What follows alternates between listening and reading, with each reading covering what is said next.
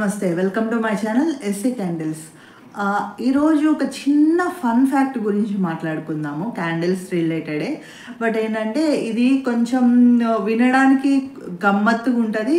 మీరు already thumbnail చూసారు కాబట్టి మీకు ఆల్రెడీ అర్థమైపోయి ఉంటుంది. అది చూడంగానే ప్రతి ఒక్కరికి అవునా ఇలా కూడా చేయవచ్చా అని డౌట్ ఉంటుంది. బట్ ఏంటంటే దీనిలో ఉన్న నిజాలు కనుక్కుందాం. మామూలుగా అయితే చెప్పుకుందాం ఈ వీడియోలో.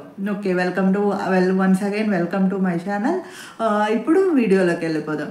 ఈ వీడియో ఏంటంటే మన ఇయర్ వ్యాక్స్ అంటే మన గుబిలి ఉంటుంది కదా, గుబిలిని ఎలా తీస్తారు అంటే ఎలా తీస్తారంటే జస్ట్ మనం ఇయర్ బడ్స్తో తీస్తాము, లేకుంటే ఇది నార్మల్ మనం రెగ్యులర్గా యూజ్ చేసే మెథడ్స్ ఇలా కాదండి. డాక్టర్స్ దగ్గర కానీ లేదంటే కొన్ని ప్రొఫెషనల్స్ దగ్గరికి పోతే వాళ్ళు ఏం చేస్తారంటే ఇయర్ వ్యాక్స్ రిమూవల్ క్యాండిల్స్ అని ఇస్తారనమాట.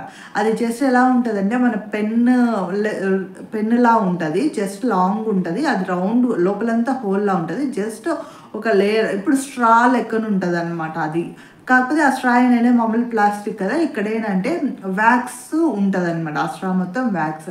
దాన్ని ఒక పేపర్ మీద పెట్టేసి దాన్ని ఇట్లా పెట్టేసి ఇక్కడ పెట్టుకోవాలన్నమాట. నేను ఇక్కడ పైన చూపిస్తున్న ఫోటోలో లాగా ఇలా పెట్టేసి దాని పైన వెలిగించామంటే కొంచెం సేపు అది కొంత కరిగే లోపల మనకి మన చెవిలో ఉన్న గుబిలంతా పైకి వచ్చేస్తుంది. ఇది వాళ్ళు డాక్టర్స్ కానీ ఇవి చెప్పేదన్నమాట.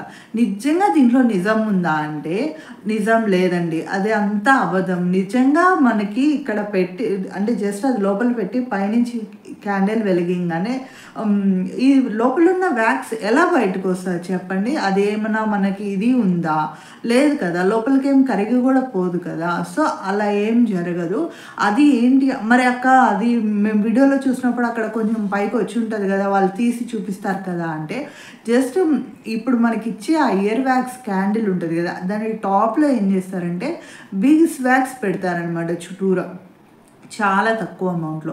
ఫస్ట్ వెలిగించడం అదే వెలిగించడం వల్ల ఏంటంటే అది లోపలికి జారిపోతుంది అనమాట. లేదంటే లోపల లేయర్ కోటింగ్ లాగా ఇదంతా వెలిగి కిందకు వచ్చేతలకే ఆ వ్యాక్స్ అంతా కలిగి కింద పడి ఉంటుంది.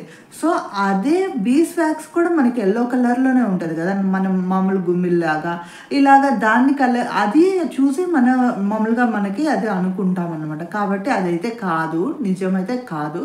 బట్ ఇది చేయడం వల్ల ఏంటంటే ఒకవేళ నిజంగా అది మన చెవిలోని గుబిలి బయటకు వచ్చినా చాలా రిస్కీ. ఎందుకంటే పొరపాటున అది మంచి మెటీరియల్ కాలేదు అనుకోండి, అదేదన్నా వ్యాక్స్ కరిగి లోపలికి వెళ్ళిపోయింది అనుకోండి, వేడి వ్యాక్స్ లోపల పడితే మన చెవిలో ఎంత ప్రాబ్లం అవుతుందో మీరు ఆలోచించండి. కాబట్టి ఏదన్నా చేసేటప్పుడు డాక్టర్ దగ్గరికి వెళ్ళండి, డాక్టర్స్ తీస్తారు. లేదనుకుంటే మీరు నార్మల్ ఎప్పుడు ఫాలో అవ్వండి. కానీ ఈ ఇయర్ వ్యాక్స్ క్యాండిల్ అనేది మాత్రం మ్యాక్సిమం యూజ్ చేయొద్దు. ఎస్పెషల్లీ పిల్లలకైతే అస్సలు యూజ్ చేయొద్దు. మరి దీంట్లో ఫన్ ఫ్యాక్ట్ ఏదో చెప్తానన్నావు కదక్క ఫన్నీగా అంటే, సరే మన చెవిలో గుమ్ములు అనేది వ్యాక్సే కదా. మామూలుగా మనం మన ఛానల్లే వ్యాక్స్ గురించి అండ్ క్యాండిల్స్ గురించి కదా. ఓకే, మీకు ఒక క్వశ్చన్, ఎంతమంది చెవుల నుంచి కలెక్ట్ చేసిన వ్యాక్స్ అయితే ఒక 10 grams లేదా చిన్న మినీ క్యాండిల్ తయారు చేయొచ్చు, ఒక 10 ml క్యాండిల్ తయారు చేయొచ్చు? మీకు ఎవరికైనా తెలిస్తే ఖచ్చితంగా కమెంట్ సెక్షన్లో చెప్పండి. ఎందుకంటే మనకు ఉండేది చెవులు చాలా తక్కువ గుమ్ములు ఉంటుంది. అంటే 0.2 grams, 0.1 gram, 0.3 grams ఉంటుంది. సో ఇలాగ ఉన్నప్పుడు ఎంతమంది దగ్గర నుంచి కలెక్ట్ చేసిన దాంతో క్యాండిల్ చేయొచ్చు? అసలు ఇలా తయారు చేసిన క్యాండిల్ బర్న్ అవుతుంది అంటే ఇక్కడ నేను చిన్న పైన ఒక వీడియో ప్లే చేస్తాను. ఇది కొన్ని వందల మంది మనుషుల దగ్గర నుంచి కలెక్ట్ చేసిన ఇయర్ వ్యాక్స్ అన్నమాట. ఈ ఇయర్ వ్యాక్స్ని జస్ట్ కొంచెం ఒక చిన్న క్యాండిల్లా తయారు చేసి దీనిలో విక్కు పెట్టి వెలిగించారు. జస్ట్ 22 seconds వెలిగిందనమాట. జస్ట్ చాలా తక్కువ టైం వెలిగింది.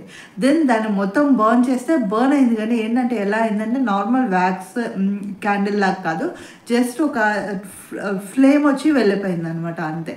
కాబట్టి మన ఇయర్ వ్యాక్స్తో క్యాండిల్స్ అయితే చేయలేమన్నమాట. ఇంకొక న్యూస్, సో ఇప్పుడు మనం పాటించాల్సింది ఏంటంటే ఇయర్ వ్యాక్స్కి నార్మల్ వ్యాక్స్కి పూర్తి తేడా ఉంది.